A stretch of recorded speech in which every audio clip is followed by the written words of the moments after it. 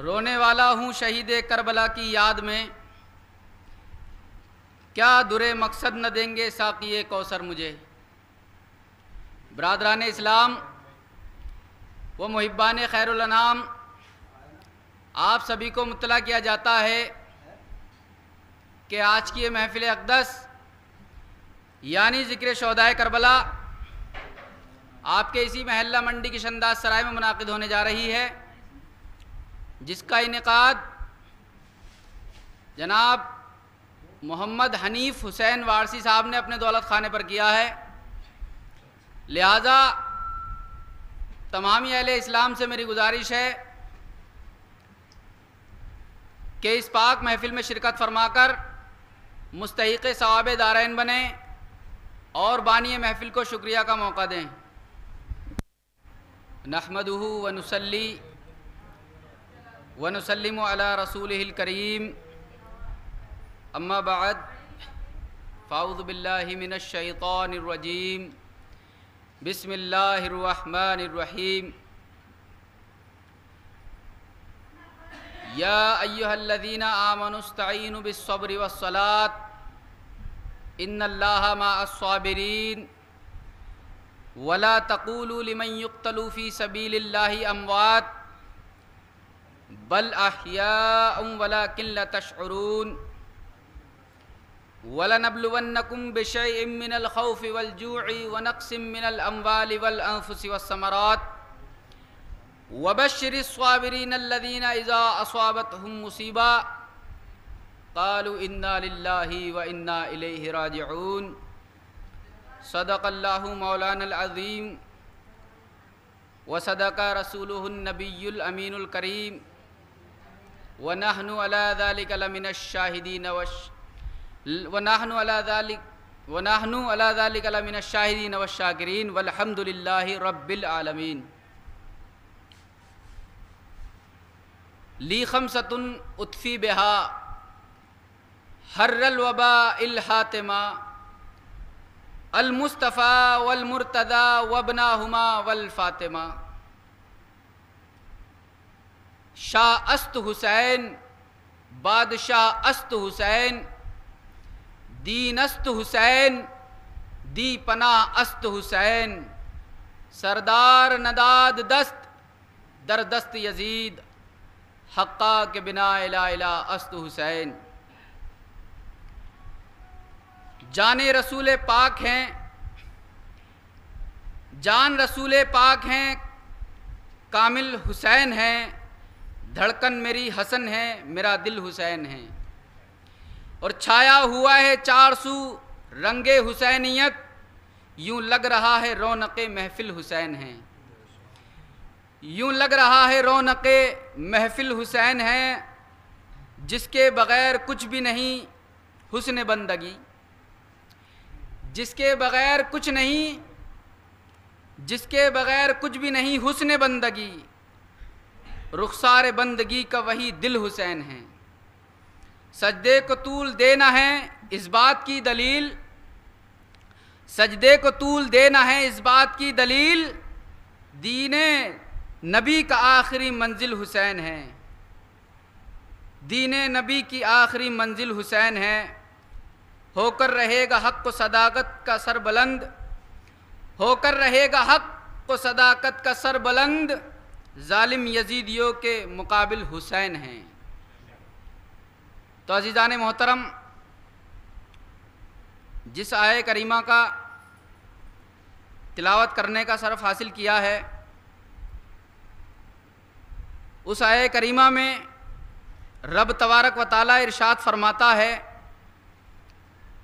या अय्युहल्लज़ीना आमनुस्तईनु बिस्सब्रि वस्सलात। ऐ ईमान वालो, सब्र के ज़रिए मदद चाहो। या अय्युहल्लज़ीना आमनु, ऐ ईमान वालो, इस्तईनु बिस्सब्रि वस्सलात, मदद मांगो सब्र और नमाज के ज़रिए से। आगे इरशाद फरमाता है रब तबारक व तआला, इन्नल्लाहा मअस्साबिरीन, बेशक अल्लाह सब्र करने वालों के साथ है। तो अजीज़ान मोहतरम, नमाज तो सभी पढ़ते हैं। अगर रब तबारक व तआला ये इरशाद फरमाता कि इन्नल्लाह मअल मुसल्लीन, कि मैं नमाज पढ़ने वालों के साथ हूँ, तो इतना बड़ा मसला इसमें खड़ा हो जाता कि हम सोच भी नहीं सकते हैं। लेकिन रब तबारक व तआला का इतना बड़ा करम है और फजल है, और ये उसी की शान है और उसके हबीब की शान है कि जो उसका फरमान है, एक एक जुमला है, उसमें इतनी रोशनी अहले हिदायत के लिए मिलती है कि जो हिदायत याफ्ता हैं। तो अजीज़ान मोहतरम, नमाज तो मैंने अर्ज़ किया कि सभी पढ़ते हैं, लेकिन सब्र हर कोई नहीं करता। क्योंकि करबला में नमाज तो यजीदी भी पढ़ रहे थे, यजीदी भी नमाज पढ़ रहे थे, लेकिन सब्र इमाम अली मकाम कर रहे थे, जुल्म यजीदी कर रहे थे और मजलूम इमाम अली मकाम हैं। तो अजीज़ान मोहतरम, रब तबारक व तआला आगे इरशाद फरमाता है, वला तक़ूलू लिमन युक़्तलू फ़ी सबीलिल्लाहि अम्वात, और जो लोग अल्लाह की राह में कत्ल किए जाएं उनको मुर्दा ना कहो। गौर करने का मकाम है, वला तक़ूलू लिमन युक़्तलू फ़ी सबीलिल्लाहि अम्वात बल अहयाउम वलाकिन ला तशऊरून, बल्कि वो जिंदा हैं लेकिन तुम्हें उनकी ज़िंदगी का शऊर नहीं। और हमें शऊर होगा भी तो कैसे? हमें शऊर नहीं हो सकता, या फिर अल्लाह जिसको वो नज़र अता करता है, जिसकी दिल की आँख रोशन हो जाती है, या फिर उन लोगों की ज़िंदगी को वो देखते हैं जो अहलुल्लाह होते हैं। तो रब तबारक व तआला ने फरमाया कि बल अहयाउम वलाकिन ला तशऊरून, आगे फरमाया वला नबलुवन्नकुम बिशैइन मिनल खौफि वल जू'i व नक्सिम मिनल अम्वालि वल अनफुसि वस्समरात, और हम तुम्हें आजमाएंगे औलाद के ज़रिए, माल के ज़रिए और फलों के ज़रिए। तो अजीज़ान मोहतरम, माल, औलाद और जान, ये बहुत बड़ी आजमाइश होती है। एक माल होता है, एक औलाद होती है, लेकिन औलाद से ज़्यादा मोहब्बत होती है बमुकाबिल माल के। उसको समझना यूँ पड़ेगा हमें कि जब किसी की औलाद बीमार पड़ जाती है तो इंसान तबीब के पास, डॉक्टर के पास जाकर ये कहता है कि चाहे मेरी सारी दौलत तू ले ले, मगर मेरा ये बेटा या मेरा ये बच्चा ठीक हो जाए। तो पता चला औलाद माल से अफजल है। और एक चीज़ होती है, उससे भी इंसान को बड़ी मोहब्बत होती है, वो है वतन। अपने मुल्क से भी बहुत मोहब्बत होती है, लेकिन इंसान दौलत की खातिर अपना वतन तक छोड़ने को तैयार हो जाता है और दूसरे मुल्क में जाकर इंसान रोज़ी कमाने के लिए चला जाता है। अब एक चीज़ है जान, उससे बहुत मोहब्बत होती है इंसान को, लेकिन इससे ऊपर सबसे बढ़कर मोमिनीन के लिए होता है ईमान। वो अपनी जान तक कुर्बान करने के लिए तैयार हो जाते हैं ईमान के लिए, कि चाहे ये जान हमारी चली जाए लेकिन हमारा ईमान न जाए। तो रब तबारक व तआला ने फरमा दिया कि हम तुम्हें अनकरीब आजमाएंगे, कुछ औलाद के ज़रिए, जान के ज़रिए, माल के ज़रिए और फलों के ज़रिए से। तो आगे इरशाद फरमाता है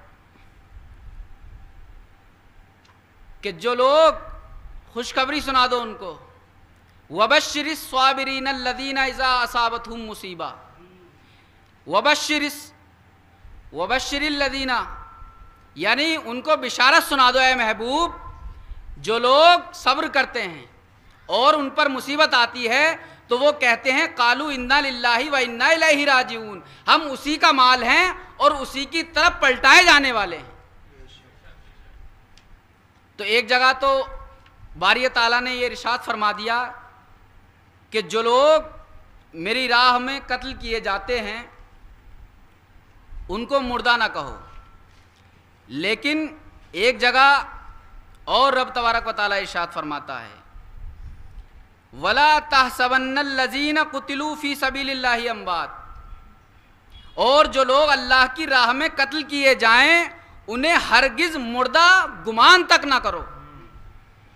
देखिए एक जगह ये फरमा दिया कि उन्हें मुर्दा ना कहो, दूसरी मकाम पर रब तबारक व तआला इरशाद फरमाता है कि मुर्दा ज़बान से कहना तो दूर की बात है, उनको मुर्दा गुमान तक न लाओ। और आगे फरमाता है बल अहयाउन इंदा रब्बिहिम यरजुकून, बल्कि वो अपने रब के हुजूर जिंदा हैं, जन्नत की नेमतों का रिज्क भी उन्हें दिया जाता है। ये शान है शहीदों की। तो अजीज़ान मोहतरम, रब तबारक व तआला का बड़ा फजल व एहसान है कि उसने हमें अपने महबूब का उम्मती बनाकर इस दुनिया में भेजा, और वो दीन जो सारे दीनों में पसंद है, इन्नद दीना इंदल्लाहिल इस्लाम, कि बेशक अल्लाह के नज़दीक इस्लाम सबसे ज़्यादा महबूब है और सबसे ज़्यादा पसंद है। बनाए हुए सब अल्लाह के जो मज़हब हैं, सब दीन अल्लाह के ही बनाए हुए हैं, बंदे के कोई बस की ही नहीं है। लेकिन उसने लास्ट में एक दे दिया कि ये इस्लाम में लोगों तुम्हें दे रहा हूँ, और तमाम अंबिया और मुरसलीन को ये कहलाकर भेजा और यही पैगाम देकर भेजा। बल्कि सच पूछिए तो ये सारा जो कायनात का निज़ाम सजाया गया है, ये पंजतन पाक की आमद और रिफत के खुशी में सजाया गया है कि ए मेरे नबियों, ए मेरे रसूलों, जाकर मेरे खातिमुन नबिय्यीन अफजलुल मुरसलीन रहमतुल लिल आलमीन मोहम्मद मुस्तफ़ा जान रहमत सल्लल्लाहु अलैहि वसल्लम के लिए जाकर तुम इंतज़ाम करो। तो ये शान, अब देखिए हज़रत आदम अलैहिस्सलाम को उसने भेजा, लेकिन हज़रत आदम अलैहिस्सलाम से एक वाक़या वो हुआ जिसको लग़ज़िश कहा जाता है, ख़ताए इज्तिहादी जिसे कहते हैं, यानी जिस पर और जो है अज्र मिलता है रब की जानिब से। तो वो हज़रत आदम अलैहिस्सलाम की तौबा भी पंजतन पाक के सदक़े में कबूल हो रही है, और जिस नबी की जो भी मुश्किल आती है वो वास्ता मोहम्मद व आले मोहम्मद का देकर ही उनको जो है आगे बढ़ना पड़ा है। चाहे हज़रत नूह अलैहिस्सलाम की कश्ती हो, चाहे वो किसी भी नबी और रसूल का वाक़या हो, सब रसूलों को जो फ़ज़ल मिला है वो नबी और आले नबी के सदक़े से मिला है। इसीलिए मेरे आका का फरमान है कि मसअलो सफ़ीनती नूह मसअलो अहल बैती कमिसली सफ़ीनती नूह मन रकबहा नजा वमन तकल्लफ़ अनहा गरक़ा। मेरी अहल बैत की मिसाल तुम लोगों में कश्ती नूह की मानिंद है, जो उसमें सवार हो गया वो निजात पा गया, और जो उससे अलग हट गया वो गर्क हो गया। कितनी प्यारी बात फरमाई है मेरे आका अलैहिस्सलाम ने। और अजीज़ान मोहतरम और सहाबा इकराम के लिए ये कहा जाता है कि रोशन सितारे हैं, बेशक रोशन सितारे हैं। अब देखिए इंसान जिसका जितना जहन की वसअत होती है वो इतनी ही बात करता है, लेकिन बुज़ुर्गों के ज़रिए जो हम तक इल्म पहुँचा है वो बड़ा ही ऑथेंटिक तरीके से हम तक पहुँचा है, और एक ऐसी रोशनी है हमें मिली हुई कि हम पर बड़ा करम है कि उसने हम में से किसी को अशरफ़ी बनाया है, निस्बत अशरफियत की दी है, किसी को वारसियत की दी है, किसी को साबरी की दी है, किसी को चिश्ती की दी है। अलगरज मोहम्मद अरबी तक हमें पहुंचना है, चाहे वो किसी बुज़ुर्ग की निस्बत से हम पहुंच जाएं। अब यहाँ पर लोग ये कहते हैं कि जब ये कश्ती अहले बैत की चलेगी तो जो सितारे हैं, सहाबा इकराम को सितारे फरमाया है, तो वो जब सितारे चमकेंगे तो अहले बैत की कश्ती आगे बढ़ेगी। लेकिन वो ये भूल जाते हैं कि अहले बैत वक्त अहले बैत अलैहिस्सलाम सहाबा इकराम भी हैं और अहले बैत भी हैं, उनका तो डबल एहतराम है, उनकी दोहरी फजीलत है। इसलिए क़िबला मुफ्ती अब्दुल सलाम संबली अलैहि रहमा फरमाते हैं, अली कामिल है वहदत का, अली कामिल है, अली कामिल है वहदत का, अली कामिल है कसरत का। अली उस जगह पर भी है जिस जगह पर कोई दूसरा नहीं है, अली उस जगह पर भी है जहाँ पर सब हैं। और लोग कहते हैं कि मौलाए कायनात का फजीलत में चौथा नंबर है, तो क़िबला मुफ्ती अब्दुल सलाम संबली जो कि वालिद माजिद हैं क़िबला मुफ्ती अबू ज़र वारसी अलैहि रहमा के, वो फरमाते हैं कि सलाम आखिर खलीफा होने के इसके ताज्जुब क्या, सलाम आखिर खलीफा होने के इसके ताज्जुब क्या, किताबों में नुज़ूल आखिर हुआ कुरान अतहर का। अगर नंबर से अगर अफजलियत मानने लगे तो मोहम्मद रबी सल्लल्लाहु अलैहि वसल्लम को भी जो है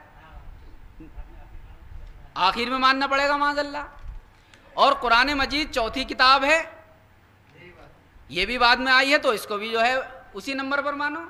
तो पता ये चला कि बाद में आने का मकसद ये नहीं है कि वो मफजूल होगा, बाद में आने वाला ही अफजल देखा गया है। अजीज़ान मोहतरम, तो पढ़िए दरूद पाक अल्लाहुम्मा सल्ली अला सय्यदना व शफ़ीना व नबीना व करीमना व मौलाना मोहम्मद सल्लल्लाहु अलैहि वसल्लम। अल्लाहुम्मा सल्ली अला सय्यदना व शफ़ीना व नबीना व करीमना मौलाना मोहम्मद सल्लल्लाहु अलैहि वसल्लम।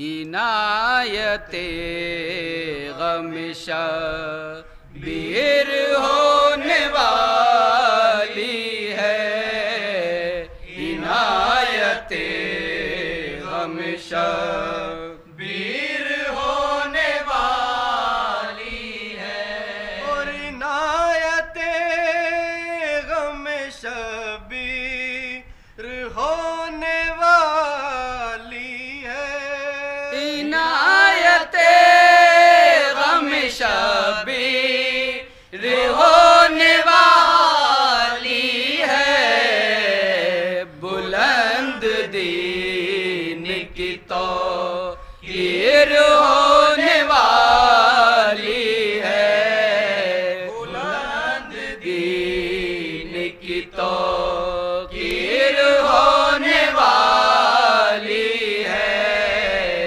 इनायते गम शबीर होने वाली है। कुल्यान पहुंचा है मकतल में आज फक्र खली, ले आन पहुंचा है मकतल में आज फख्र खलील, करबला तेरी तामीर होने वाली है, करबला तेरी तामीर होने वाली है, इनायते गम शबीर होने वाली है। वो एक नमाज शहादत जो हमको पढ़नी है, वो एक नमाज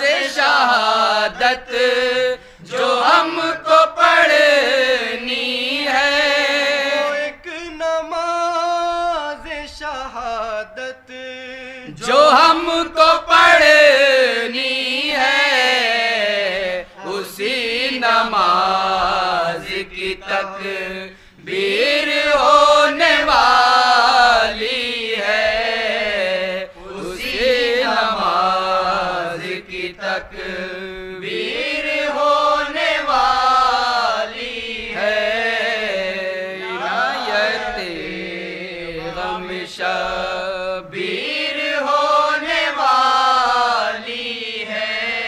और हुसैन आ गए अब मिंबरे शहादत पर, हुसैन आ गए अब मिंबरे शहादत पर, हुसैन आ गए अब बरे शहादत पर, बयान सब्र की तफसीर होने वाली है, बयान सब्र की तफसीर होने वाली है, इनायत गम शबीर होने वाली है।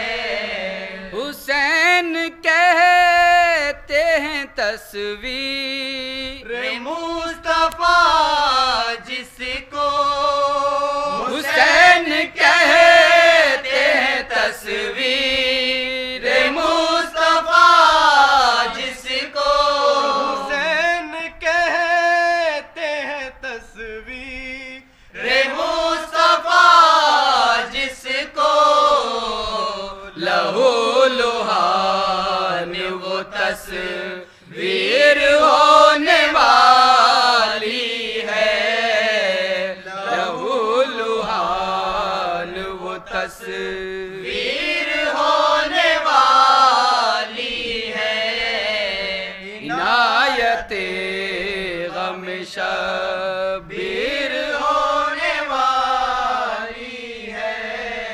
और हिसार तेरा शबी में जो एक जुगनू है, हिसार तेरा शबी में जो एक जुगनू है, हिसार तेरा शबी में जो एक जुगनू है, ये खुल्द उसकी भी तकदीर होने वाली है, ये खुल्द उसकी भी तकदीर होने वाली है, इनायत गम शबीर होने वाली है।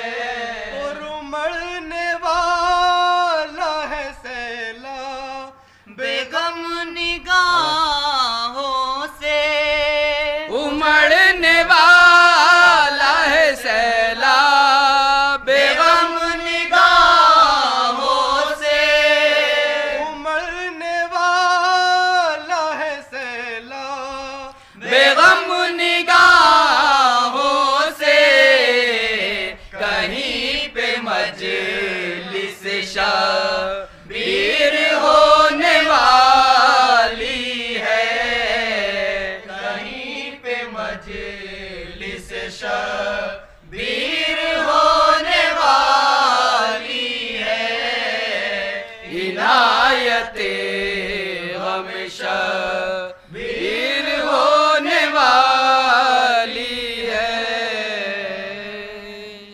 अल्लाहुम्मा सल्ली अला सय्यदना व शफ़ीना व नबीना व करीमना व मौलाना मोहम्मद सल्लल्लाहु अलैहि व आलिहि वसल्लम। कहीं पे मजलिस शब्बीर होने वाली है, वो सामने जो हसी रोशनी का मंज़र है, वो सामने जो हसी रोशनी का मंज़र है, ये फ़ातिमा की रिहाइश है, बामे हैदर है, ये फ़ातिमा की रिहाइश है, बामे हैदर है। और तुम्हें हुसैन से मिलना हो घर चले आना, तुम्हें हुसैन से मिलना हो घर चले आना, कि आज रात को मजलिस हमारे घर पर है। तो अजीज़ान मोहतरम, जो इससे पहले मजलिस हुई थी, महबूब हुसैन वारसी साहब उर्फ बुंदू साहब के यहाँ पर। तो वहाँ पर मैंने बयान किया था कि किस तरीक़े से इमाम अली मकाम को बैत के लिए बुलाया गया था और आपने इनकार करते हुए अहले बैत अलैहिस्सलाम को कहा था कि अब हमें हमारा यहाँ रहना मुनासिब नहीं है, अब हम यहाँ से हिजरत करके मक्का चले जाएंगे। तो अज़ीज़ान मोहतरम, इमाम अली मकाम मक्का मुअज़्ज़मा में पहुँच जाते हैं। अब ये देखिए कि जो बात रसूल खुदा सल्लल्लाहु अलैहि वसल्लम ने फरमा दी हो वो तो होकर ही रहेगी, और जब वो बात होनी है तो उसके असबाब भी पैदा होने शुरू हो जाते हैं। पहला असबाब बयान हो चुका है, मदीना से मक्का मुअज़्ज़मा तक आपका आना। अब इससे आगे इमाम अली मकाम के पास कूफा वालों के ख़त आने शुरू हो जाते हैं, और कूफा के रईसों के ख़त होते हैं ये, और अमीरों के खतूत, उलमा के खतूत, अवाम के खतूत। एक एक ख़त पर कई कई मोहरें होती, एक एक ख़त पर कूफा के 70 सरबरावर लोगों की मोहरें थीं। 2, 4, 5, 10, 20 खतूत, पूरे 120 खतूत इमाम अली मकाम को मौसूल हुए। और बाज़ उलमा ने तो यहाँ तक लिखा है कि 150 या 400-500 खतूत तक आप तक आए हैं। लेकिन अगर 120 या 150 की जो सबसे ज़्यादा मोतबर उलमा ने इसको लिखा है, तो अंदाज़ा किया जा सकता है कि उस वक्त कोई मोटर गाड़ियाँ वगैरह तो थी नहीं, ऐसे ही ऊँटों और घोड़ों पर सफ़र करना पड़ता था। तो कितना मुश्किल काम होगा ये। तो अज़ीज़ान मोहतरम, जो नामावर भी आता तहरीर किया हुआ ख़त शहज़ादे गुलगो कबा के हुजूर में पेश करके फरियाद शुरू कर देता। हर नामावर की गुफ्तगू और हर ख़त का मजमून एक ही जैसा होता। इमाम अली मकाम ख़त पढ़ते, ख़त लाने वालों के चेहरों को पढ़ते, उनके दिलों का मुताला करते और फिर नाना जान से किया हुआ वादा याद करके ज़ेर लब मुस्कुरा देते। मुतअद्दिद खतूत आने के बाद आपने कोई जवाब नहीं दिया। बिला आखिर आपने एक वफ़द से वादा फरमाया कि हम आ जाएंगे, लेकिन हमसे पहले हमारे भाई जनाब मुस्लिम इब्न अकील तुम्हारे पास आएंगे, वो हालात का जायज़ा लेकर हमें ख़त लिखेंगे तो हम ज़रूर आ जाएंगे। वफ़द वापस चला गया। उधर कूफा में हर शख्स को इत्तला हो गई कि इमाम अली मकाम इब्न रसूलुल्लाह सल्लल्लाहु अलैहि वसल्लम ने तशरीफ़ लाने का वादा फरमा लिया है, और मुस्लिम इब्न अकील आपके नायब बनकर बहुत जल्द पहुँच रहे हैं। इधर इमाम अली मकाम ने हज़रत मुस्लिम को इरशाद फरमाया, बिरादर मोहतरम, कूफा वालों की तरफ से मुसलसल खतूत की आमद आप पर ज़ाहिर है। वो लिखते हैं कि हमें यजीद की बैत कबूल नहीं, वो चाहते हैं कि मेरे हाथ पर बैत करें। उनका एक जुमला ये भी है कि अगर हमें एक फासी को फाजिर के रहमो करम पर छोड़ा तो इसकी ज़िम्मेदारी ए इब्न रसूलुल्लाह आप पर होगी, और वो क़यामत के दिन बरीउज़ ज़ुम्मा होंगे हम। तो ऐ मेरे बिरादर अजीज़म, हम कूफा वालों को जानते हैं, इसलिए आपको पहले भेजना चाहते हैं।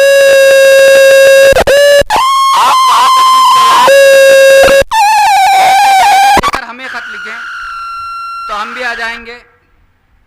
प्यारे भाई, शरीयत का फतवा ज़ाहिर पर होता है। सब कुछ जानते हुए भी हमें एहतमाम हुज्जत तो करना ही पड़ेगा। हम नहीं चाहते कि वो लोग क़यामत के दिन रसूलुल्लाह के सामने ये शिकायत करें कि हुसैन ने हमारी मदद नहीं की थी, और मैं उनका बेटा हूँ कि जिनके दर से किसी को खाली ही नहीं लौटाया गया, जिसने हर किसी की दस्तगीरी की है, और वो एक फासी को फाजिर की बैत कायम रखने पर मजबूर थे। तो अज़ीज़ान मोहतरम, आपको सुबह आगाज़ सफ़र कर देना है। आप हज़रत इमाम मुस्लिम से फरमा देते हैं। हज़रत मुस्लिम ने इमाम अली मकाम का इरशाद आलिया सुनकर गर्दन झुका दी और अर्ज़ किया कि या इब्न रसूलुल्लाह, ग़ुलाम हाजिर है। मैं इंशाअल्लाहुल अज़ीज़ सुबह की नमाज के बाद कूफा को रवाना हो जाऊँगा। मेरे सरदार मैं भी कूफा वालों की बेवफाई जानता हूँ, इसलिए आप पूरी एहतियात फरमाइए, जब तक ग़ुलाम का अरीज़ा यानी ख़त ना आ जाए आपको कूफा की जानिब हरगिज़ तशरीफ़ नहीं लाना है। मेरे आका वो लोग परले दर्जे के दगाबाज हैं। अगली सुबह फजर की नमाज के बाद नाइब इब्ने रसूल कासिद हुसैन हज़रत मुस्लिम मुख्तसर ज़ादे राह लेकर सवारी पर बैठने लगते हैं, तो दो नन्हे शहज़ादे आपकी सवारी के आगे खड़े हो जाते हैं। मुस्लिम सवारी पर से उतरते हैं, बच्चों को प्यार करते हैं, दोनों के रुखसारों को चूमते हैं और कहते हैं कि मेरे लाल जाओ, बाबा हुसैन के पास जाओ, मैं बहुत जल्द वापस आ जाऊंगा, या तुमसे बाबा के साथ, तुम सब बाबा के साथ मेरे पास आ जाओगे। दोनों शहजादे मचल जाते हैं, अब्बा जान हम आपके साथ जाएंगे, हमें आपके सफ़र का रात ही को पता चल गया था और हम उस वक्त से तैयार होकर बैठे हैं। अच्छे अब्बा जान हमें ज़रूर साथ ले चलें, हम कभी ज़िद नहीं करेंगे, आपसे कोई चीज़ नहीं मांगेंगे और ना ही आपको परेशान करेंगे। दोनों नन्हे साहबजादे एक दूसरे के कंधे पर हाथ रखे बाप को रोके हुए हैं। शहजादे गुल कबा इब्ने रसूल और इब्ने बतूल इमाम हुसैन भी उधर तशरीफ़ ले आते हैं।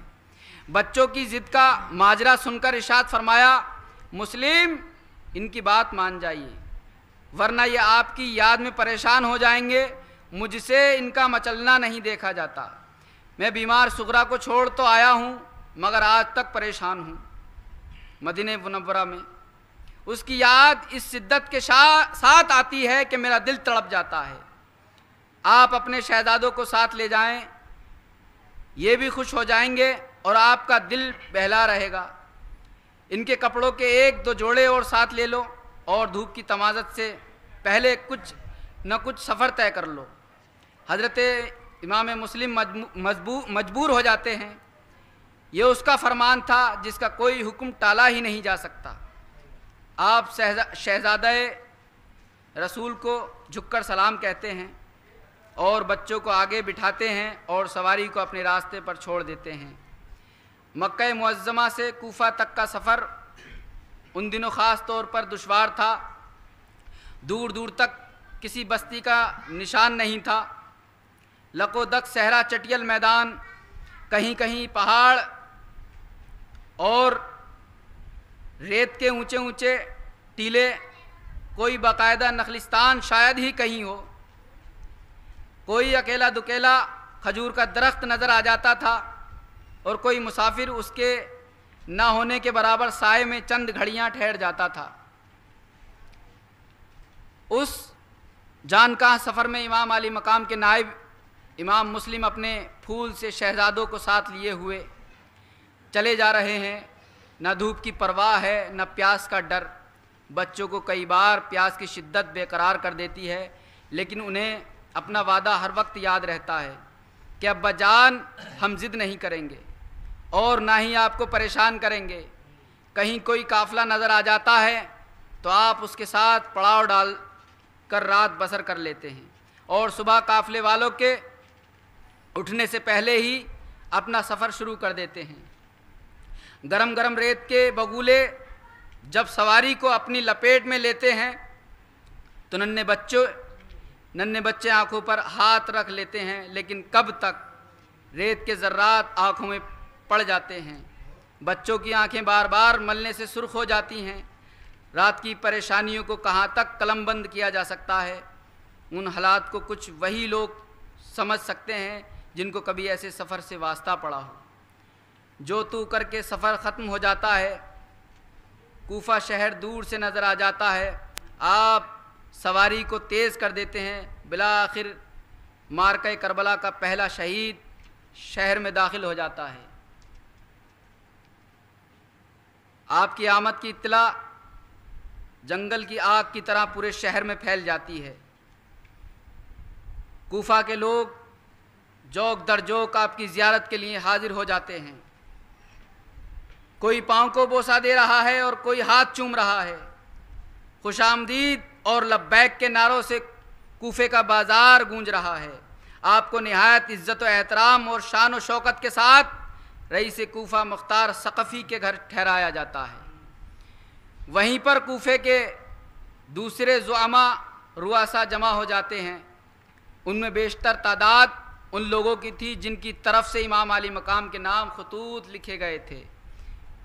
चंद मशहूर लोगों के नाम कुछ इस तरह हैं: सुलेमान बिन सरखज़ाई, मुसैयब बिन फ़ज़ाई, रिआफ़ा बिन शद्दाद, आरिफ रकार, अशअब अब्दुर्रहमान बिन मनहफ़, अब्दुल्ला अफ़ीफ़, तारिक अमश, मुख्तार सकफ़ी, उबैदा कादी शुरह वग़ैरह।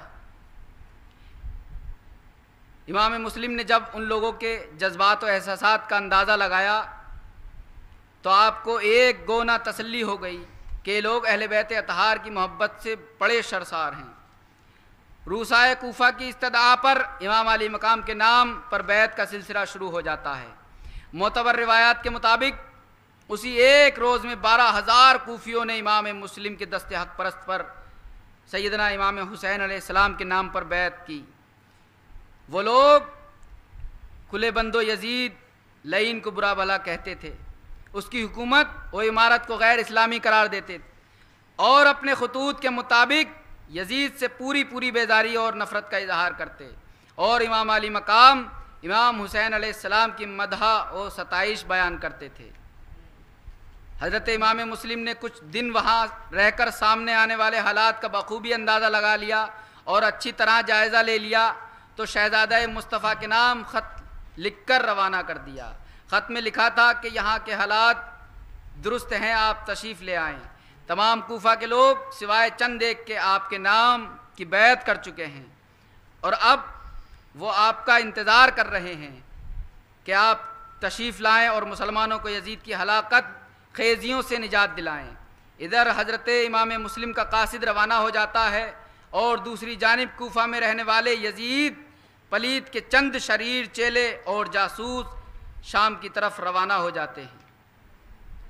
पढ़िए दरूद पाक अल्लाहुम्मा सल्ली अला सय्यदना व शफ़ीना व नबीना व करीमना मौलाना मोहम्मद सल्लल्लाहु अलैहि वसल्लम सल्लल्लाहु अलैहि वसल्लम। पुकारो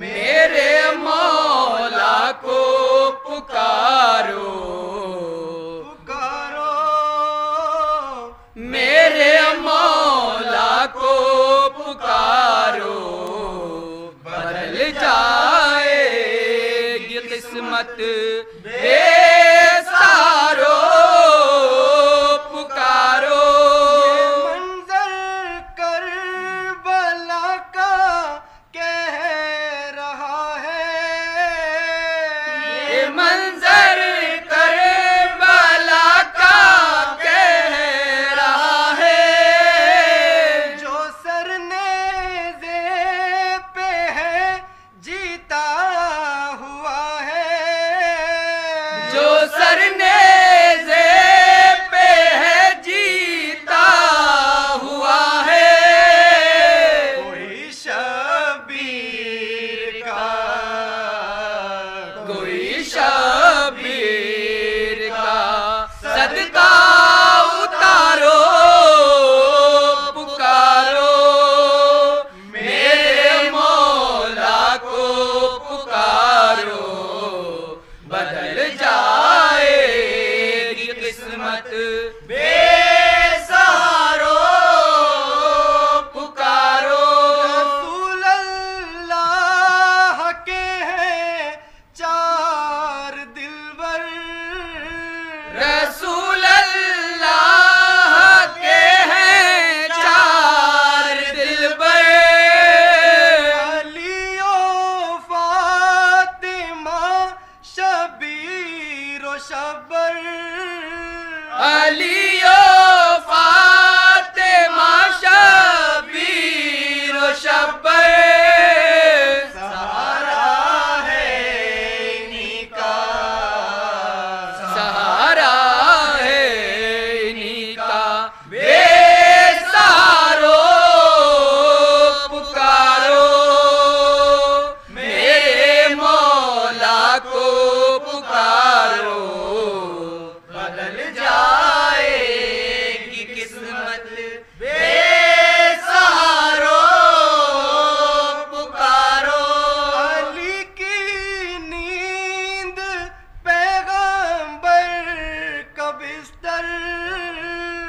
अली की नींद पैगंबर का बिस्तर, शबे हिजरत का वो पुरनूर मंजर, शबे हिजरत का वो नूरानी मंजर, तुम्हें तो याद होगा, तुम्हें तो याद होगा।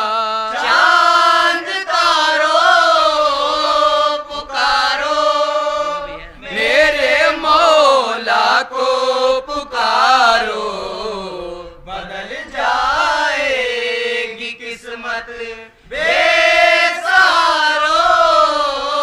पुकारो। अली का लाल अब्बास से दिलावर,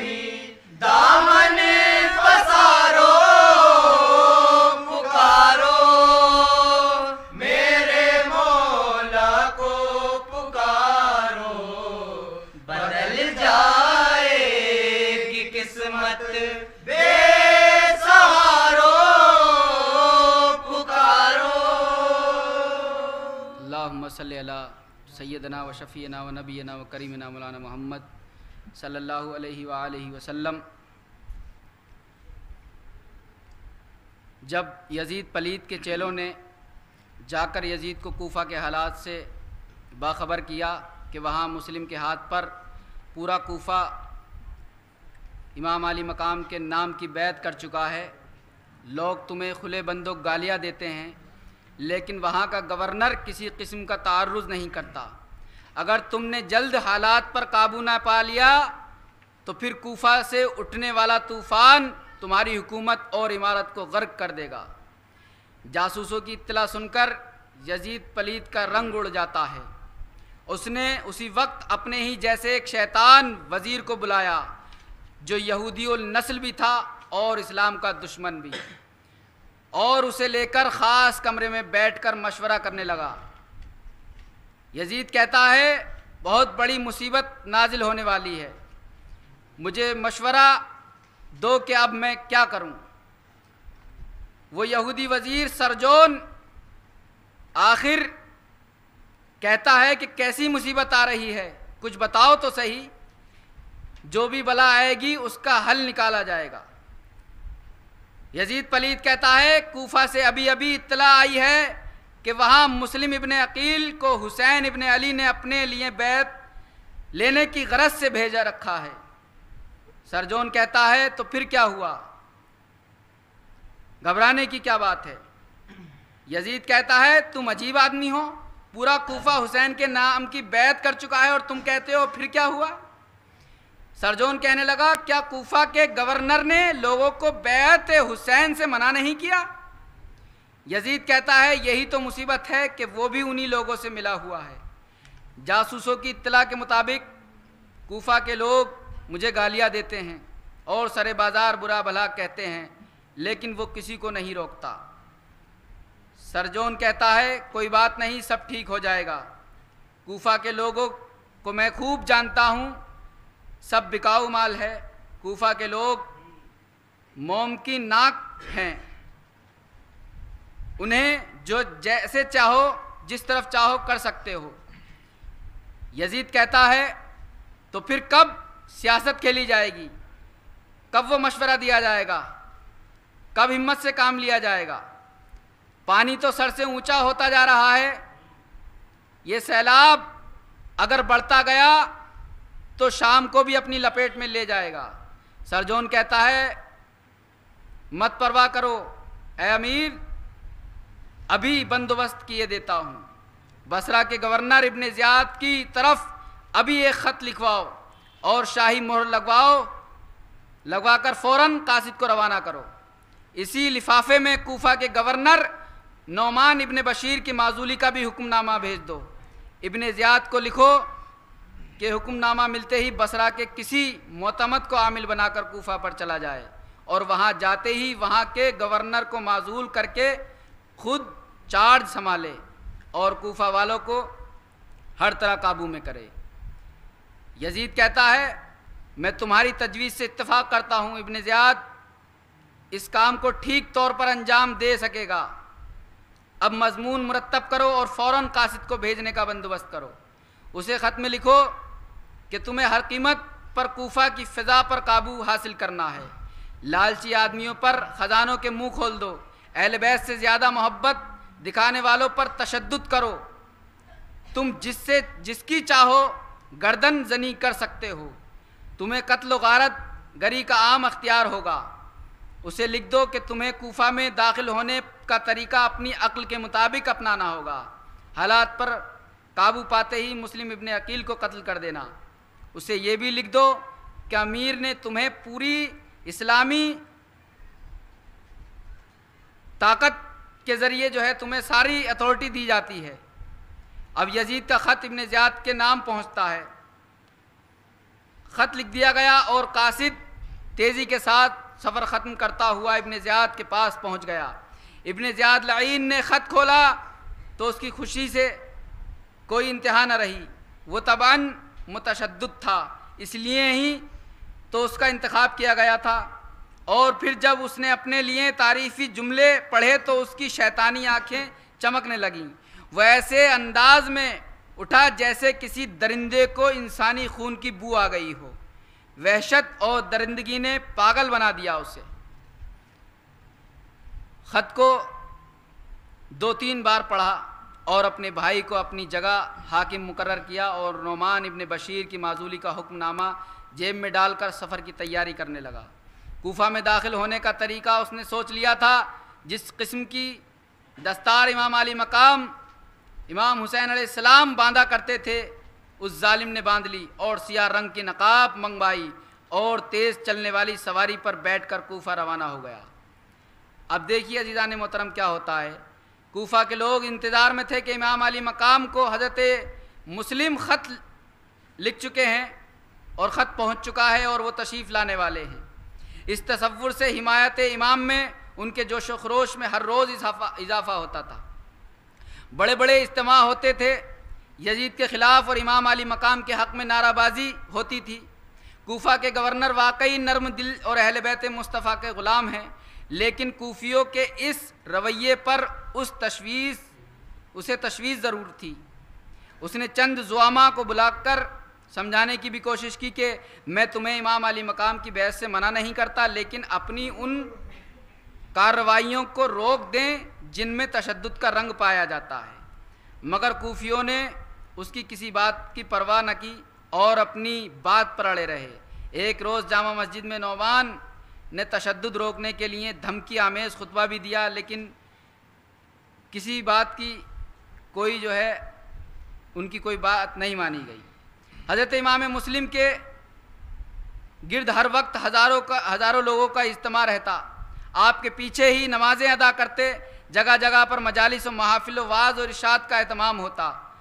यूँ समझना चाहिए कि लोगों की अक्सरियत अपने काम काज भूलकर शमए हुसैनियत का परवाना और तवाफ़ करने में मसरूफ़ रहती।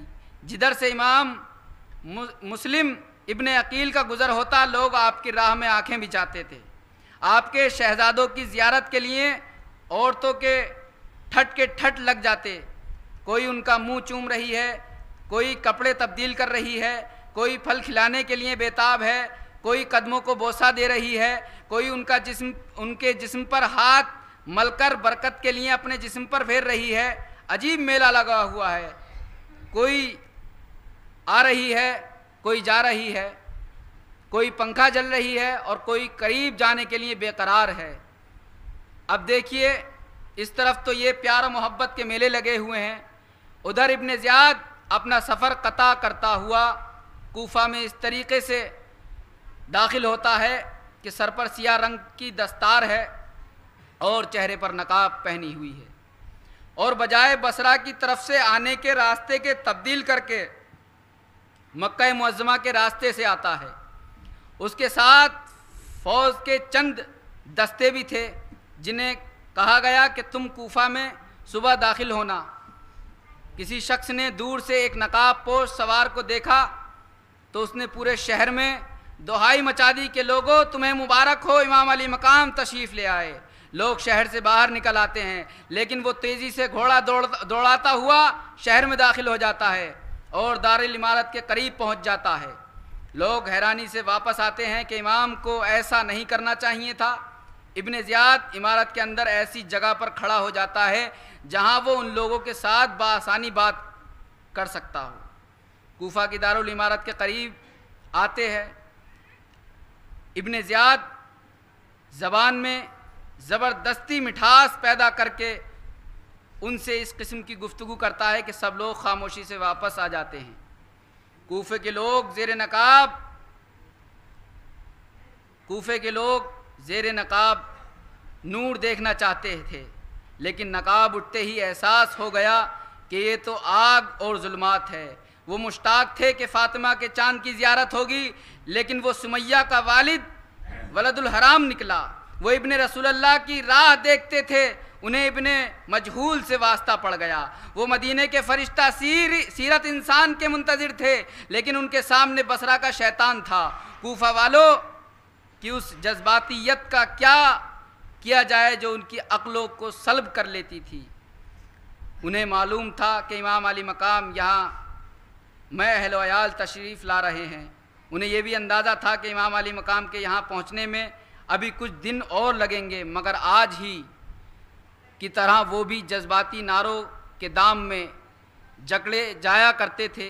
किसी एक ने आवाज़ देकर इमाम आ गए हैं तो सभी लोग पुकार उठे कि इमाम आ गए हैं।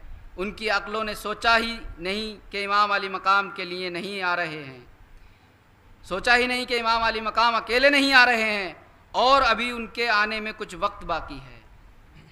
इब्ने ज़ियाद कूफा वालों को ये बता देने के बाद कि मैं आ गया हूँ, आगे बढ़ता है। नौमान पहले ही उसके करीब खड़े थे। उन्हें यह अंदाज़ा लगाने में दुश्वारी नहीं हुई कि उसका इस तरीक़े से आना खालियत शरारत नहीं। वो उसे साथ लेते हैं और एक खाली कमरे में आकर यूं गुफ्तगू शुरू करते हैं। नौमान, बसरा के आमिल की उस पुरअसरार और गैर मुतवक्के आमद पर हैरान हूँ। नौमान कहते हैं, इब्ने ज़ियाद कहता है हैरानी की कोई बात नहीं है, मुझे आना ही था। नौमान कहते हैं अपनी आमद का मतलब बयान करो।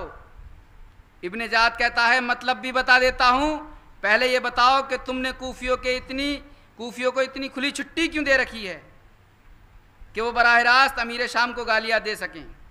नौमान कहते हैं मैंने उन्हें रोकने की बहुत कोशिश की है, कल भी मैं उनके ज़ुअमा को बुलाकर उस जोश व खरोश से मना किया था। इब्ने ज़ियाद कहता है तुम्हारे होते हुए मुस्लिम ने हुसैन के नाम पर बैत क्यों ली? क्या तुमने यजीद का नमक नहीं खाया है? नौमान कहते हैं मैं यजीद का मुलाजिम ज़रूर हूँ, लेकिन मैं अक़ीदत के इस सैलाब को किस तरह रोक सकता था जबकि अवाम के साथ फ़ौज का कुछ हिस्सा भी इमाम अली मकाम के मद्दाहों में है। इब्ने ज़ियाद कहता है तुम्हें ताकत इस्तेमाल करना थी, मुस्लिम इब्ने अकील के आते ही उसका सर कलम कर देते तो कूफियों का सारा जोश व खरोश उसी वक्त ठंडा हो जाता। नौमान कहते हैं इब्ने ज़ियाद होश की दवा लो, मैं ख़ानदान मुस्तफ़ा के चश्मो चराग का सर किस तरह कलम कर सकता हूँ? क्या तुम उस नबी के उम्मती नहीं हो जिसके ये अजीज़ हैं, जिसके ये घर वाले हैं? इब्ने ज़ियाद कहता है तो इसका मतलब ये है कि तुम भी इसके हक़ में हो कि हुसैन को मनमानी करने दी जाए और यजीद की हुकूमत का तख्ता उलट दिया जाए। नौमान कहते हैं मेरा ये मतलब तो नहीं, लेकिन मैं इसका इनकार नहीं कर सकता कि मुझे अहले बैत मुस्तफ़ा से मोहब्बत ज़रूर है। इब्ने ज़ियाद कहता है अहले बैत से मोहब्बत का साफ मतलब ये है कि तुम अमीर शाम के दुश्मन हो, इसलिए ये लो अमीर शाम का हुक्मनामा जिसमें तुम्हें हुकूमत का बदख्वाह होने की वजह से माजूल कर दिया गया है। नौमान पहले से ही जान गए थे कि ये शैतान खेज़ खैर के साथ तो हरगिज़ नहीं आ सकता। अब शक ने यकीन की सूरत अख्तियार कर ली। आपने दिल ही दिल में ठंडी आह भर कर अल्हम्दुलिल्लाह कहा और दारुल इमारत से बाहर आ गए। अल्हम्दुलिल्लाह तो इसलिए कहा कि मैं उस इम्तिहान से बच गया जो इमाम अली मकाम के आने के बाद शुरू होता। हो सकता है कि हुकूमती नज़्म नस्क बरकरार रखने के लिए अहले बैत के साथ कोई ज़्यादती करनी पड़ सकती थी और ठंडी आह इसलिए भरी थी कि बसरा का ये जालिम गवर्नर इंसान के रूप में शैतान है और यह अहले बैत के साथ किसी भी किस्म के जुल्म व ज़्यादती से बाज नहीं रहेगा। रात ही रात ये खबर कूफा में गर्दिश करती हुई हर शख्स तक पहुंच गई कि नौमान गवर्नरी से माजूल हो चुके हैं और उनकी जगह अब इब्ने ज़ियाद आमिल कूफा हो गया है। इस खबर ने कूफियों की नींद हराम कर दी और हर शख्स अपनी अपनी जगह पर बेताब नज़र आने लगा। अल्लाहुम्मा सल्ली अला सय्यिदना व शफ़ीना व नबीना व करीमना मौलाना मोहम्मद सल्लल्लाहु अलैहि वसल्लम। पैगाम करबला है जालिम को तुम मिटा देना, पैगाम करबला है जालिम को तुम मिटा देना। और हक बात जो भी आए, हक बात जब भी आए तुम अपना सर कटा देना,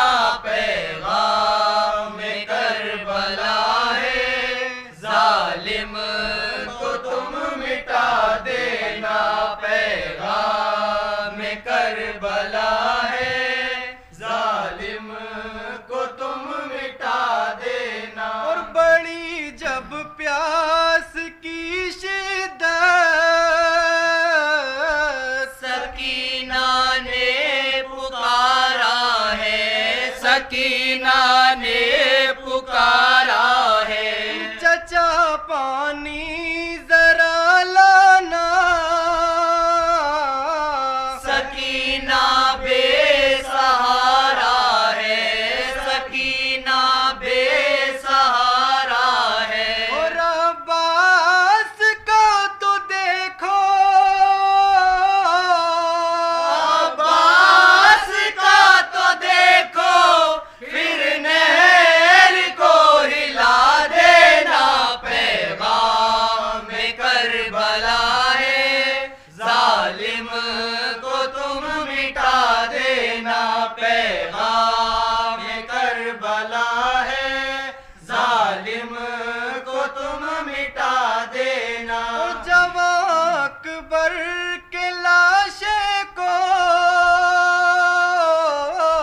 जो देखा माँ ने फरमाया, जो देखा माँ ने फरमाया, इसे दूल्हा बनाऊंगी,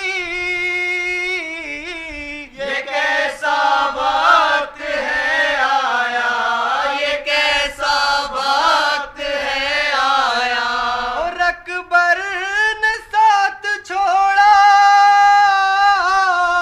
अकबर ने साथ छोड़ा, नाना को ये बता देना, पैगाम करबला है, जालिम को तुम मिटा देना, पैगाम करबला है, जालिम को तुम मिटा देना। और अभी मासूम थे असगर,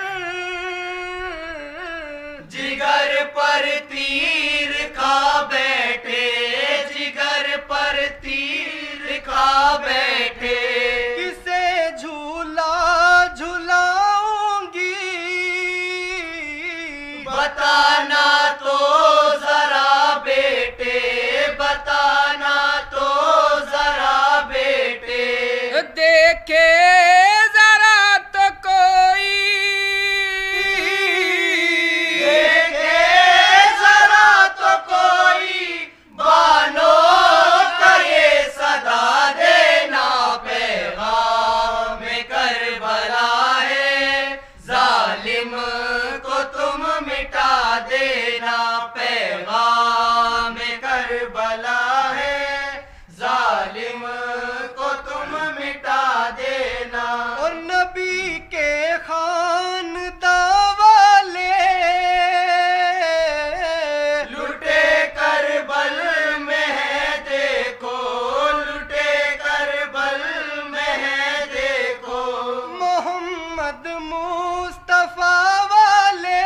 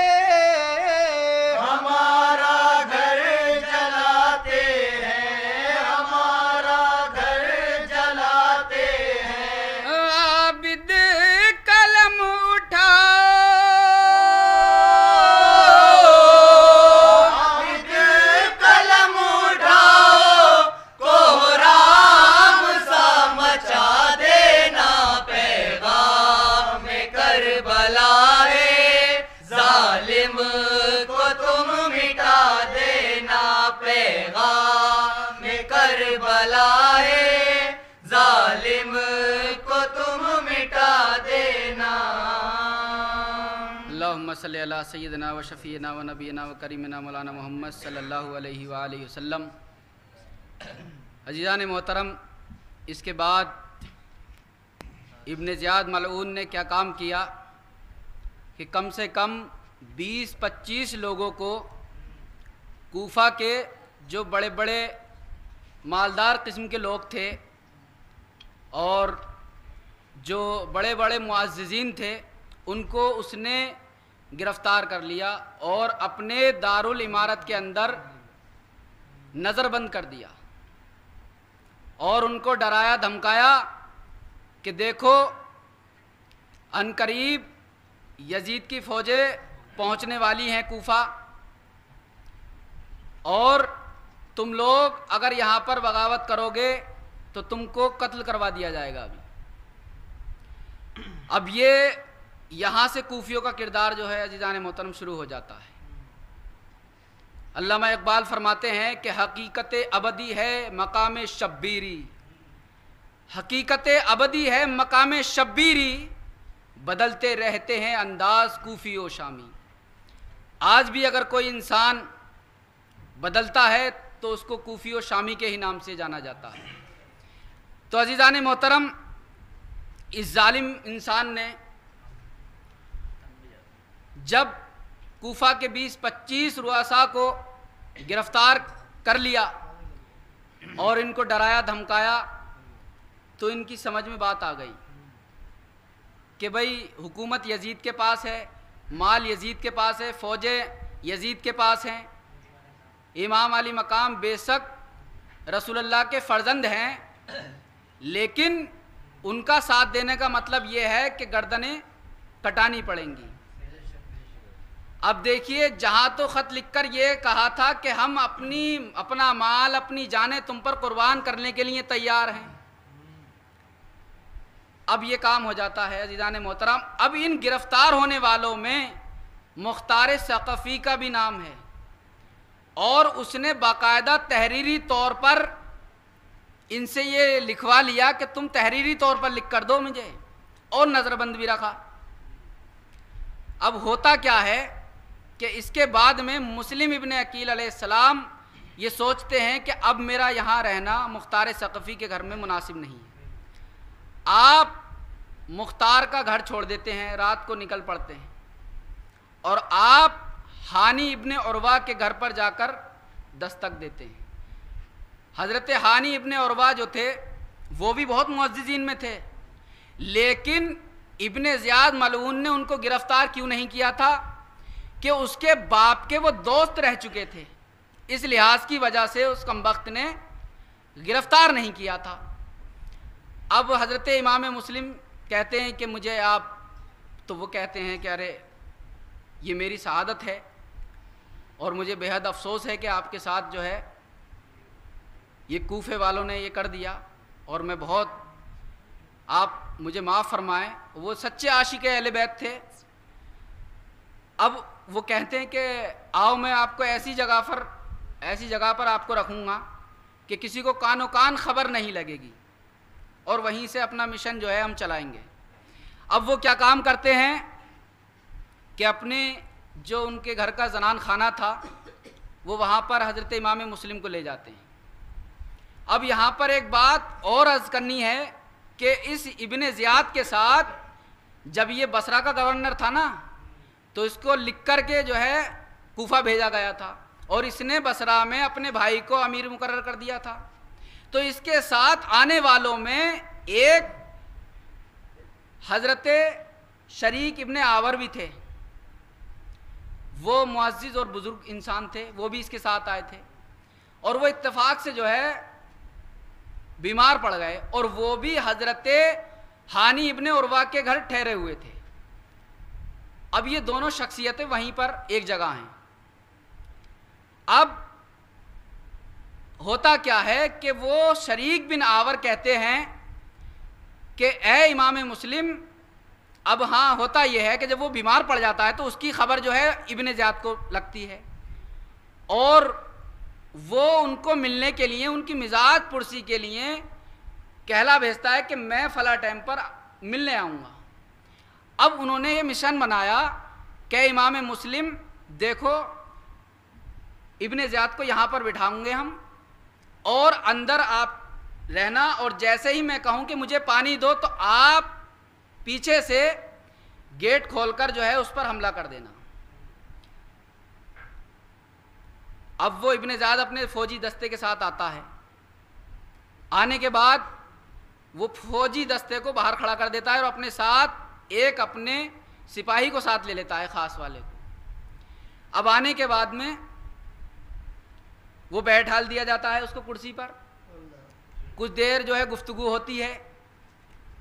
गुफ्तगू होने के बाद में हज़रत शरीक बिन आवर कहते हैं कि भाई मुझे पानी पिलाओ, मुझे प्यास लग रही है। फिर गेट नहीं खुलता है कि मुझे पानी तुम क्यों नहीं पिलाते, मुझे बहुत तेज़ की प्यास लग रही है। फिर भी गेट नहीं खुलता है। अब फिर वो एक शेर पढ़ते हैं, जिस शेर का मतलब ये होता है कि तुम्हारा माशूक आ गया है, अब क्या देरी है तुम्हें मिलने में। लेकिन यहाँ देखिए, ये है अहले बैत अलैहिमुस्सलाम की शान, वो निकल कर नहीं आते हैं। अब जब उसका जो फौजी सालार था साथ में, गार्ड जो था एक किस्म से, वो एकदम समझ जाता है इतनी बात होने के बाद में, और देखता है वो। अब वो जैसे ही उसने इशारा किया इब्ने ज़ियाद को कि जल्दी चलो यहाँ से, वो समझ गया कि यहाँ पर ख़तरा है। अब उसने कहा कि नहीं अभी चलते हैं, और हज़रत शरीक बिन आवर कहते हैं कि भाई अभी रुक जाओ, मुझे कुछ तुमसे वसीयत है और कुछ बातें करनी है। कि मियाँ बातें बाद में कर लेंगे, बस हमें चलना है अब। बल्कि हद तो ये है कि हाथ पकड़कर उसके गार्ड ने उसको उठाया, बोले जल्दी चलो यहाँ से। बोले क्या बात है? बाहर जाकर वो कहता है कि बोले बात समझा दूंगा, यहाँ तुम्हारे कत्ल की साजिश हो रही है।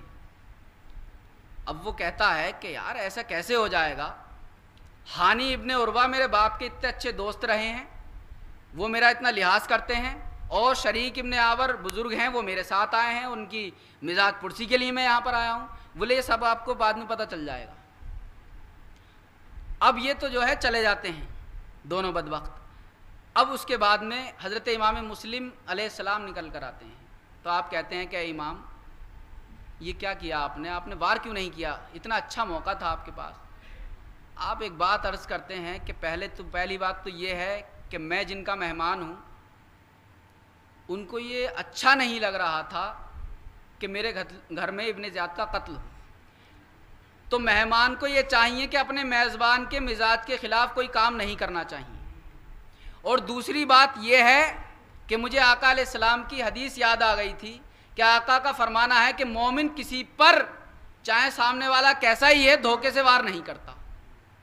तो लिहाजा मैंने ये मुनासिब नहीं समझा कि उसको धोखे से मैं वार करूं। कहा कि बड़ा अच्छा मौका था, अब आपकी मर्ज़ी है। बहरहाल मेरा इरादा तो ये था कि इसके मरते ही जो है बड़ी आसानी से हम कूफा पर कब्ज़ा कर लेते और वहाँ बसरा में जाकर वहाँ पर मैं कुछ फ़िज़ा हमवार करता जाने के बाद में, ठीक होने के बाद में। लेकिन होना वही था जो लिखा जा चुका था।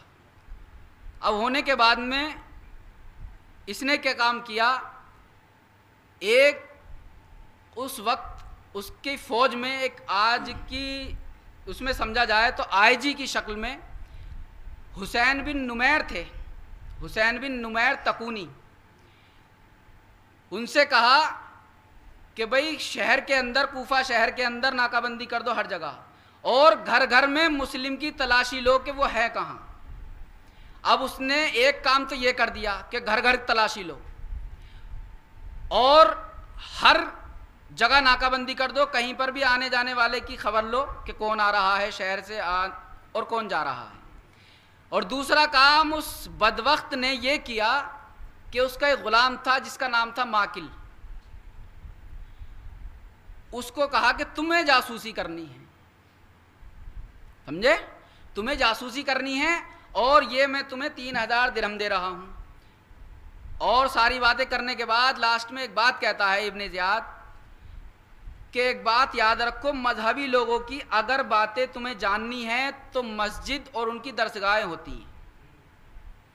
अब इसने चंद बातें करने के बाद उसको जो है रुखसत कर दिया और ये माकिल बदबख्त कूफा की मस्जिद में जाकर बैठ जाता है। अब ये जाकर बैठता है फजर से पहले ही, नमाज अदा होती है, लोग नमाजी नमाज पढ़ने के लिए आते हैं, सब सोचते हैं कि भाई फिर ज़ोहर भी आ जाती है, ज़ोहर की नमाज लोगों ने अदा की। अदा करने के बाद लोग सोचते हैं कि भाई कोई मुसाफिर होगा जो ठहरा हुआ है। अलगरज ऐसे ही दूसरे दिन जब वक्त आता है तो सारे लोग जब चले जाते हैं तो दो लोग रह जाते हैं। उन दोनों में एक का नाम था हज़रत मुस्लिम बिन औसजा, जिनका खतूत निकलने वालों में नाम था, आपके बुलाने वालों में। उनको सारी बात की खबर थी और आप इमाम मुस्लिम के पास जाकर जो है बैठा करते थे। अब उस माकिल ने, इब्ने ज़ियाद के ग़ुलाम ने क्या काम किया, उनसे कहा कि भाई मैं कल से यहाँ पर ठहरा हुआ हूँ और मैं शाम से आया हूँ और मैंने ये सुना है कि इमाम हुसैन के नायब बनकर इमाम मुस्लिम यहाँ पर आए हुए हैं और इमाम हुसैन के नाम पर वो बैत कर रहे हैं। मेरी बड़ी आरज़ू और तमन्ना है और अपनी ज़िंदगी की ये कमाई में साथ लिए हुए हूँ, ये नजराना मुझे उनकी बारगाह में पेश करना है। अब हज़रत मुस्लिम बिन औसजा कहते हैं कि भाई इतने लोगों में से तूने सिर्फ मुझसे ही क्यों पूछा। अब देखिए, मोमिन का जो दिल होता है वो बिल्कुल साफ़ होता है, वो अपनी ही तरह उसको समझता है। तो हज़रत मुस्लिम बिन औसजा से वो कहता है कि मुझे आपकी नूरानियत से ये लग रहा है कि आप मुहिब्ब अहले बैत हैं, क्योंकि मुहिब्ब अहले बैत का ही चेहरा खिला हुआ होता है। अलगरज उसकी चिकनी चुपड़ी बातों में हज़रत मुस्लिम बिन औसजा आ जाते हैं बेचारे और उससे कहते हैं कि ठीक है, तू तो बड़ा पक्का सच्चा आशिक लगता है, मैं तुझे ज़रूर मिलवाऊंगा। अब जब वो हज़रत मुस्लिम इमाम मुस्लिम के पास लेकर उसको पहुंचते हैं, अब वो देखकर हक्का बक्का रह जाता है, देखने के बाद कि हाँ भाई शक सही निकला देखो उसका।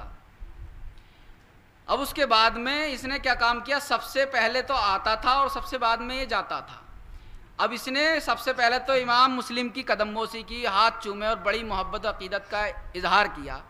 लेकिन हज़रत मुस्लिम ने उसी वक्त कहा कि मुझे इसकी आंखों और ज़बान से वफ़ादारी की बू नहीं आ रही।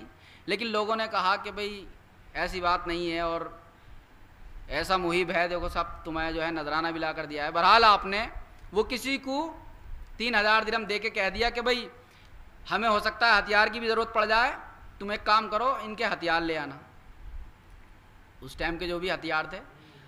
अब उसने क्या काम किया, कई दिनों तक ऐसे ही टाइम देता रहा वो, और देने के बाद में फिर एक क्या होता है कि मोहम्मद बिन अशअस, जो कि ज़्यादा बिनते अशअस का भाई था, जो कि इमाम हसन अलैहिस्सलाम की बीवी कहलाती है, उसका भाई था कुल मिलाकर वो, ठीक है। उसके बाद में ये होता है कि वो जिक्र करता है कि भाई हानी इब्ने उर्वा नहीं आ रहे हैं मिलने के लिए। तो किसी ने कहा कि साहब वो बीमार हैं इसलिए नहीं आ रहे हैं, लेकिन इब्ने ज़ियाद कहता है कि भाई मुझे खबर मिली है वो ठीक हैं और नहीं आ रहे हैं मिलने, लिहाजा मिलते जुलते रहना चाहिए, उनको बुलाकर लाओ कि मैंने बुलाया है।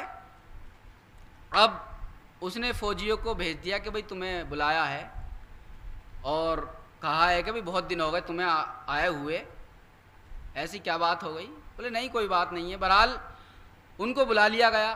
बुलाने के बाद हज़रत हानी इब्ने उर्वा ने जब उसको सलाम किया तो उसने सलाम का जवाब नहीं दिया।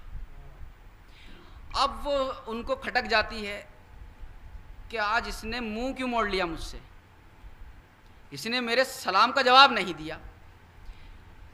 लेकिन उनके दिल में ये ख्याल ये आता है कहीं ऐसा तो नहीं है कि इसको पता चल गया हो।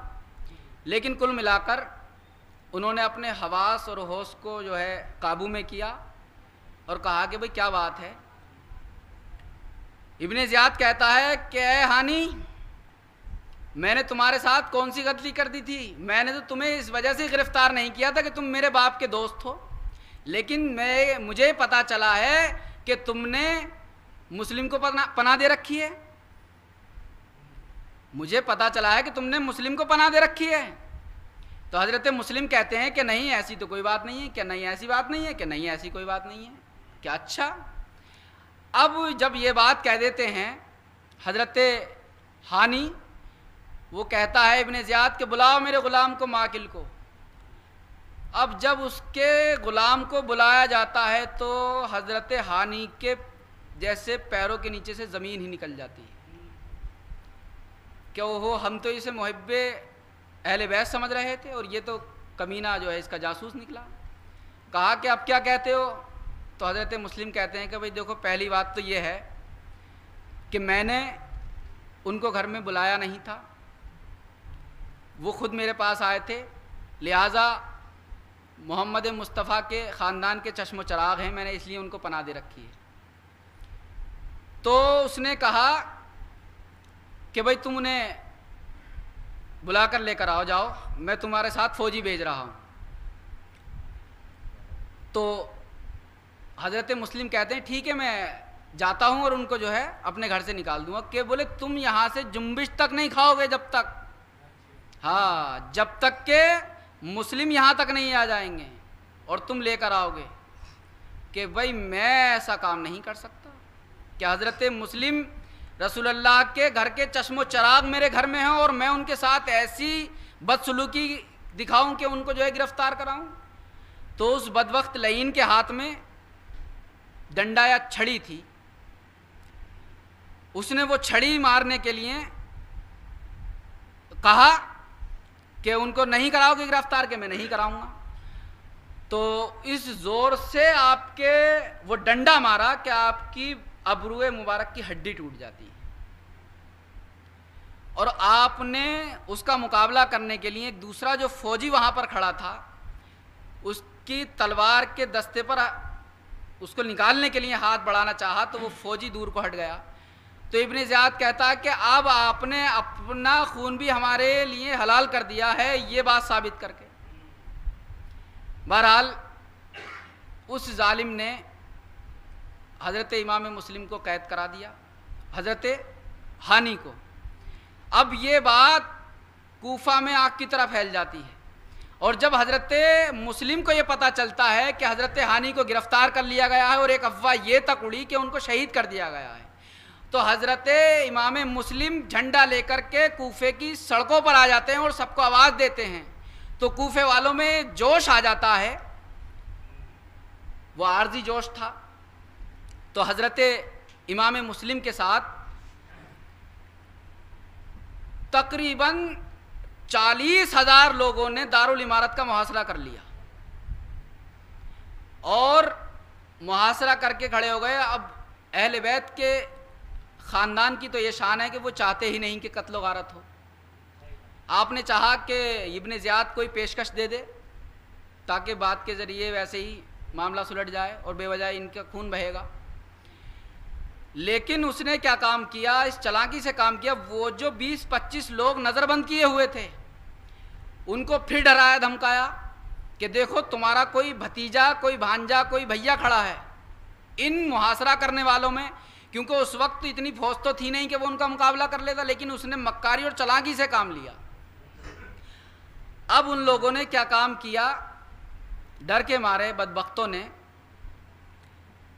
कि किसी ने अपने भाई को, किसी ने अपने बेटे को इशारे कर करके बुलाना शुरू कर दिया और कहा कि देखो अगर तुम मुस्लिम का साथ नहीं छोड़ोगे, ना ही तो तुम्हें हमारा और ना ही तुम्हें अपने बच्चों का मुंह देखना नसीब होगा। अब वो कमीने इस तरीके से किरदार निभाते हैं कि 10 इधर से निकल गए, 50 उधर से निकल गए, 20 उधर से निकल गए, सब इस तरीके से जाने लगते हैं। और जाने वाले से एक दूसरा जब पूछता है कि क्यों जा रहे हो, कहा कि जल्दी से आ जाओ, बाद में बताऊंगा। हद ये हुई कि इमाम मुस्लिम के साथ सिर्फ 500 लोग खड़े रह गए। कितनी हैरत की बात है कि 39,500 लोग निकल कर चले जाएं किसी जमात में से और सिर्फ 500 रह जाएं। अब इमाम मुस्लिम पर बड़ा सदमा हुआ और रह रहकर सबसे ज़्यादा तो आपको ये बात सता रही थी कि मैं इमाम हुसैन अलैहिस्सलाम को ख़त लिख चुका हूँ, तो मेरी तो कोई बात नहीं है, लेकिन ये जालिम लोग इमाम अली मकाम का क्या हश्र करेंगे? और वो तो अपने ऐवानो अंसार के साथ यहाँ पर तशरीफ़ ला रहे हैं। लेकिन इमाम मुस्लिम ने कहा, जब मगरिब का वक्त हुआ कि भाई चलो पहले मस्जिद में चलकर नमाज अदा करते हैं, फिर उसके बाद बैठकर सोचेंगे कि हमें करना क्या है। अब जैसे ही इमाम मुस्लिम इमामत के मुसल्ले पर खड़े हुए, अल्लाह अकबर कहकर नियत बांधकर जो एक रकात पूरी की, तो वो 500 भी जा चुके थे। इमाम मुस्लिम रह जाते हैं अब तन्हा। तन्हा इमाम मुस्लिम रह जाते हैं और कहते हैं कि बताइए, ये वही लोग हैं जिन्होंने हमें ख़त लिख कर बुलाया था। और बड़ा अजीब मामला है कि इधर इमाम मुस्लिम ने ख़त लिखा था कि ये लोग बड़े वफादार हैं और बड़े आशिक हैं आपके, उधर हालात बदलने शुरू हो गए थे उसी दिन से। अब रात का सन्नाटा है, इमाम मुस्लिम कूफे की गलियों में तन्हा है। इमाम मुस्लिम चले जा रहे हैं, जिस किसी मुरीद के दरवाजे पर जाएं, दरवाज़ा अंदर से बंद हुआ था और उन जालिमों ने ये कह रखा था कि दरवाज़ा कोई भी खटखटाए लेकिन दरवाज़ा नहीं खोलना है। एक किसी का आपने दरवाज़ा खटखटाया था, तो बच्चों को ज़्यादा मालूम नहीं होता है, तो बच्चों ने कहा था घर में कि देखो बाबा दरवाज़े पर कौन है, कोई दरवाज़ा खटखटा रहा है। तो कहा कि चुप जाओ, जो होगा खुद चला जाएगा। अलगरज इमाम मुस्लिम चलते चले जा रहे हैं। आपने देखा कि एक खातून जो दरवाज़े में बैठी है, दरवाज़ा उसका खुला हुआ है और दरवाज़े में बैठकर ऐसे जैसे किसी का इंतज़ार कर रही है। इमाम मुस्लिम जाते हैं कि खातून मैं मुसाफिर हूँ, मुझे पानी पिला दो। अब उस औरत ने यह नहीं पूछा कि तुम कौन हो। इमाम मुस्लिम पानी पीते हैं और दुआएं देते हैं और खड़े रहते हैं। वो खातून कहती है, उसका नाम था तोआ। वो कहती है कि अब जाओ तुम, रात का सन्नाटा है, किसी के दरवाजे पर ऐसे खड़ा रहना सही नहीं। कहा कि मैं कहाँ जाऊँगा, और अगर तुम मुझे मेरे साथ कोई नेकी करना चाहती हो खातून, तो एक नेकी मेरे साथ ये कर दो कि मुझे अपने घर में रहने की जगह दे दो थोड़ी। कहा कि तुम कौन हो? और इसके सिले में हज़रत इमाम मुस्लिम अर्ज़ करते हैं कि अगर तुम मेरे साथ ये नेकी करोगी तो हम दुनिया में तो शायद तुम्हारा बदला ना चुका सकें, लेकिन रोज़े महशर के दिन हम नाना से तुम्हारी शफाअत की दरख्वास्त ज़रूर कर देंगे। इतना कहना था कि वो तोहा कहती है, क्या तुम इमाम मुस्लिम हो? कहा कि हाँ। वो कहती है, मुस्लिम और कूफे के सन्नाटे में खड़ा हुआ है रात के। ए मुस्लिम, तुम्हारे हाथ पर तो इतने हजार लोग बैत कर चुके थे। कहा कि ए खातून, हम क्या करें, हम तो इन्हीं लोगों के बुलाए पर आए थे यहाँ पर, लेकिन इन्होंने हमारा साथ छोड़ दिया, तो हम क्या करें। वो कहती है, ए मुस्लिम, मेरी बड़ी सआदत है कि आप मेरे घर तशरीफ़ लेकर आए। हज़रत मुस्लिम को कहती है कि आओ मुस्लिम, बिठाने के बाद के खाना खा लो। हज़रत इमाम मुस्लिम अर्ज़ करते हैं कि मेरा खाने को दिल नहीं चाहता, मेरा खाने को दिल नहीं चाहता। अब कुछ देर के बाद में उसका बेटा आ जाता है। उसका बेटा जब माँ को गमगीन देखता है तो वो कहता है, माँ क्या बात, तू बड़ी परेशान सी है आज। वो कहती है, नहीं बेटा कोई बात नहीं है, बस यूं ही। क्या नहीं, बता कुछ तो बात है माँ, आज तक मैंने तुझे इस तरीके से परेशान नहीं देखा, कुछ ना कुछ तो बात है।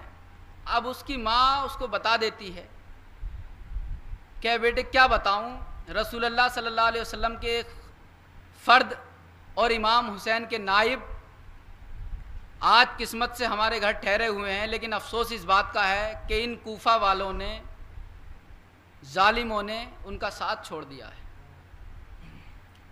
अब वो दिल ही दिल में खुश होता है कि अमीर शहर की जानिब से तो बड़ा इनाम रखा हुआ है और हमारी माँ बड़ी भोली है, इसका तो कुछ पता ही नहीं है।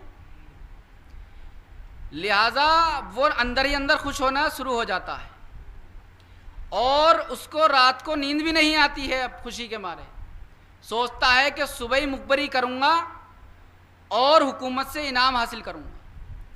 अब वो जो मोहम्मद बिन अशअस था, उसका सालार इब्ने ज़ियाद का एक फौजी था, उसका बेटा था अब्दुर्रहमान, वो उसका दोस्त था। अब वो फजर से पहले ही जाकर के जालिम मुखबरी कर देता है और वो कहता है कि जल्दी चल मुझे लेकर उसके पास, मुझे इनाम लेना है। कुल मिलाकर उसने जो है जालिम ने मुखबरी कर दी। सुबह होते ही उस तौआ का घर का मुहासरा किया जा चुका है सुबह ही। अब जब वो खातून देखती है बाहर से झांक कर कि मेरे घर का मुहासरा हो चुका है, तो वो कहती है मुस्लिम, मुझे ऐसा लग रहा है कि मेरे बदबख्त बेटे ने जाकर खबर कर दी। इमाम मुस्लिम कहते हैं कोई बात नहीं, घबराओ मत, जो किस्मत में लिखा होगा वो हो जाएगा। बहरहाल बोले मैं देखता हूँ जाकर के कि इन्होंने मुआसरा क्यों किया है। बाहर जाकर के हज़रत इमाम मुस्लिम ने उनसे कहा कि भाई तुमने मुआसरा क्यों किया हुआ है? तो हज़रत इमाम मुस्लिम से वो लोग कहते हैं कि तुम कहते हो क्यों किया हुआ है, तुमने तो हुकूमत के ख़िलाफ़ बगावत की है। वो कहते हैं कि हम बगावत क्यों करते, बगावत तो वो करता है कि किसी को अमीर मान करके उसकी फिर खिलाफ वर्जी की जाए। हमने तो यजीद को अमीर ही नहीं माना, उसकी इमारत को तस्लीम ही नहीं किया, और हम तो इन लोगों के ख़त लिखने पर यहाँ पर आए हैं। कहा कि जल्दी चलिए, आपकी गिरफ्तारी का मामला है। वो कहते हैं उन्होंने कुछ बहरहाल नाजेबा बातें भी की लईनों ने, और इमाम मुस्लिम ने जैसे ही तलवार खींचने के लिए दस्ते पर हाथ रखा तो किसी जालिम ने तीर चला दिया, जिससे आपके आगे के दंदाने मुबारक शहीद हो जाते हैं। कुल मिलाकर वो 70-80 लोग फौजी हज़रत इमाम मुस्लिम को गिरफ़्तार करने के लिए आते हैं, लेकिन जब हज़रत मुस्लिम को वो छेड़ देते हैं तो छेड़ने के बाद ये पछताते हैं कि हमने किस शेर को जो है छेड़ दिया है। अब हज़रत इमाम मुस्लिम की जब तलवार चलती है तो किसी का सर नहीं, किसी का हाथ नहीं, किसी का सीना ज़ख्मी हो रहा। अब ये बात इब्ने ज़ियाद लईन को पता चलती है कि वो तो उन लोगों के कब्ज़े में नहीं आ रहे। तो हज़रत इमाम मुस्लिम को गिरफ्तार करने के लिए इस मक्कारी से उसने काम लिया, एक फौजी से कहला भेजा कि जाओ वो रसूलुल्लाह के घर का है वो तुम्हारे कब्जे में नहीं आएगा, चालाकी और मक्कारी से ही काम ले हो। आने के बाद कि कहा कि अरे बुज़दिलो ज़ालिमो, ये क्या कर रहे हो, तुम्हें शर्म नहीं आती? इतने सारे लोग एक मुस्लिम से तुम जो है लड़ रहे हो। तो अजीज़ान मोहतरम, वो मक्कारी और चालाकी के साथ हजरत इमाम मुस्लिम को लेकर आते हैं।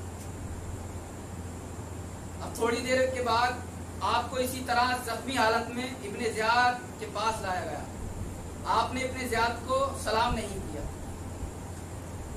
हिरसी अज़वी नाम के एक दरबारी ने एतराज किया कि अमीर को सलाम क्यों नहीं किया। इमाम मुस्लिम ने फरमाया, तुम कौन हो ये मशवरा देने वाले? जो शख्स मुझे कत्ल करने के मंसूबे बना रहा है उसे सलाम कैसा? इब्ने ज़ियाद ने कहा, मैं तुझे जरूर कत्ल करूंगा। एक इंसान ने कहा था कि सलाम करो इमाम मुस्लिम को, तो इब्ने ज़ियाद ने सलाम नहीं किया। इमाम मुस्लिम ने फरमाया, मुझे इसका यकीन है लेकिन मैं मौत से नहीं डरता।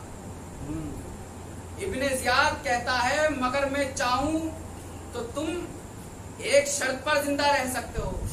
इमाम मुस्लिम कहते हैं, तुम गलत कहते हो, मगर वो शर्त क्या है? इब्न ज़ियाद कहता है इमाम हुसैन का साथ छोड़ दो और अमीर यजीद की बैत कर लो। इमाम मुस्लिम कहते हैं मर्जाना के बेटे